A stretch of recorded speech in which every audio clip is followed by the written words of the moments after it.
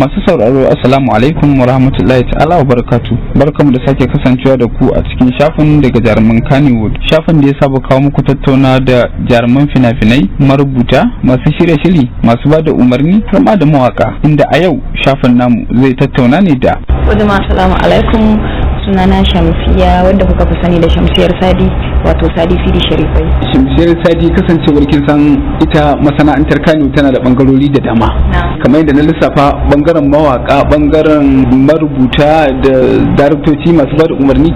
Shin ke kina wani bangare? Gaskiya ni ina bangaren mawaka.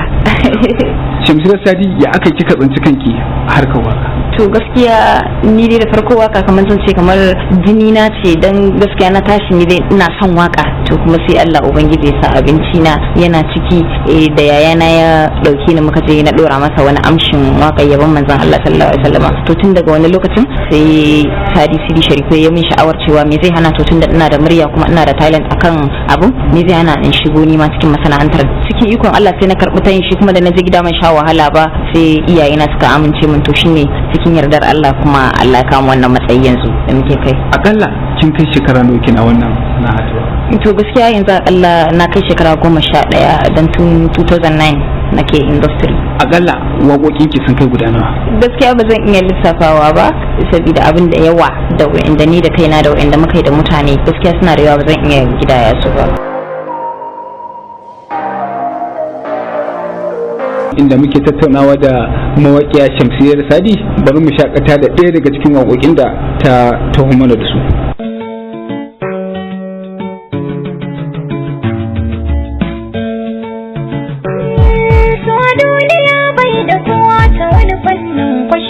Da komai na san ado na sa duniya akan sa kawai ya taimaka jarmai, ka jura da ba da tsina da duka maganar da za a yi ta maimai, ni ma kan sana sha wuya. Labari na da zan ba ku ne maso ne bai yi mini uzuri ba, da farko cikin rayuwa ta nisan ma ban yarda da shi ba, wai daɗin sa ko kuma farin cikin da yake ciki ban sani ba, yau ya kira ni na waiwaya,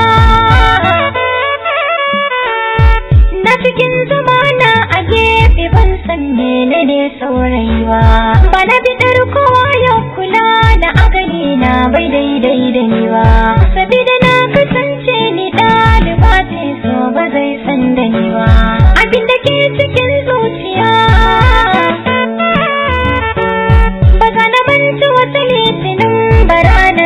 Na je makaranta ina jiran abin da za da hau na tafi ga lokaci ya karata, kuma idan aka fita na je da nisa ga shi sha'ani na mata, kafin na karasa da wuya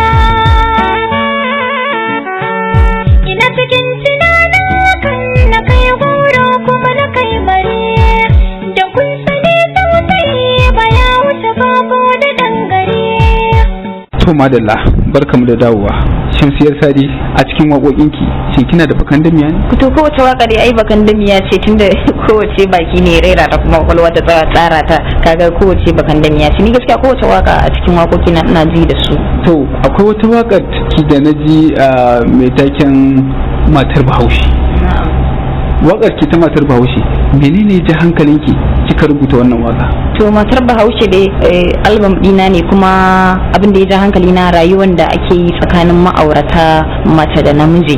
Zaka ga zamantakewar aure na Hausa ya taɓarɓare, zaka ga namiji ya shigo gida yana ciccin magani, yana fushi, wani lokacin ma yana tatin, ita kuma matar zaka ga ba wani soyayya, ba tarairaya, ba irin dai gaba ɗaya abubuwa komai ya lalace. Wannan abubuwan ne suka ja hankali na, sai na ce to menene zai hana na faɗakar da matanmu da mazanmu na Hausawa a wakance da harshe na da Allah ya bani. To wannan abin na duba na gani shine sai na tada wannan wakar matar Bahaushe. To ita wannan waka ta matar Bahaushe, zaki iya rera mai sauraro wani kaɗan daga cikin baitin ita wannan waka? insha Allah. Matar Bahaushe a'a namijin Bahaushe dai, namijin Bahaushe a'a matar Bahaushe dai. Matar Bahaushe a'a namijin Bahaushe dai, namijin Bahaushe a'a matar Bahaushe dai. Namijin Bahaushe ya kware kan ɗabi'arsa, Namijin Bahaushe dare da rana da sa'insa, namijin Bahaushe, bukatunsa burinsa, namijin Bahaushe. halin namijin Bahaushe ne. duba da cewar dukkan wani al'amari da kika sani yana tafiya da abubuwa guda biyu, akwai nasara akwai kuma akasin haka kalubale. Bangaren kalubale shi wanda irin kalubale kika taba gamuwa da shi ko kuma kika taba riskarsa a wannan masana'anta? To kalubale dai akwai shi da yawa, duk wanda ya shigo masana'antar nan ko kuma yake shirin shigowa ko kuma yake cikinta ba zai rasa kalubale ba gaskiya. Kalubale akwai shi amma kuma gaskiya yanzu nasara ta danne shi dan na manta ma ni kalubale. Bangaren nasarorin fa waɗanne irin nasarori kika cimma a wannan harka? To nasara bai wuce da duniya da jama'a suka san wace ce Shamsiyya Sadi, da duniya ta sanni, sannan kuma waƙoƙi na suna kaiwa inda nake so, sannan kuma yanzu ina taka rawar gani a cikin manyan mu ragowar mawaka iyayen mu kenan da muke tare da su. Kaga ni ce karamar su. Kaga a ni ce karamar su wallahi, kaga na samu nasara a haka ma. Wannan ma nasara ne. Akwai wata tambayar zamanin kisan da muke kun ji waƙoƙi? Akwai album yana nan shirin fitowa. To wannan annoba ce da ta zo ta kankane mana komai, kuma insha Allah muna fatan Allah ya da komai ya kusa zuwa karshe, da zaran komai ya zo yayi daidai insha Allah album ina zai fita matar Bahaushe insha Allah. Shi kadai ne ko kuma dama a baki sabin wani album? Gaskiya shi kadai ne, ban taba yin album ba, shi kadai ne zai fita insha Allah. Matar Bahaushe. A ƙarshe waɗanne irin shawarwari zaki baiwa yan uwanki mawaka musamman ma mata mawaka don tsaftace harshe a waka, da irin shawarwari zaki baiwa yan uwanki mawaka dangane da? To shawarar da zan ba wa yan uwa na mawaka, na farko za mu kasance masu haƙuri da juna, na biyu kuma mu ringa duba abubuwan da suke faruwa a cikin al'adar mu ta Hausawa, mu ringa duba su muna faɗakarwa a wakance da harshen mu da Allah ya bamu, saboda waka baiwa ce, ba kowa ne Allah yake masa wannan baiwar ba. To wannan shine shawarar da zan ba wa yan uwa na mawaka waɗanda muke cikin masana'antar kenan masu shirin shigowa kuma to su zamanto masu haƙuri, saboda in aka ce haƙuri ya tara komai da komai. Wannan shine shawarar da zan bada. To muna godiya da amsa gayyatar mu da kika yi a Shamsiyyar Sadi, da fatan mun gayyace ki a wani lokaci na gaba za a samu lokaci a shigo cikin shirin namu. To insha Allah ni ma na gode sosai, Allah ya saka da alkhairi.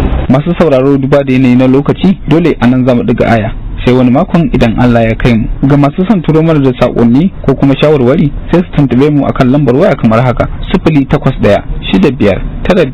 08165957467. A madadin shugabar shafin Habiba Bukar Hotoro, ni da na jagoranci tattaunawar a wannan mako Abubakar Sa'id Suleiman nake cewa bisalam.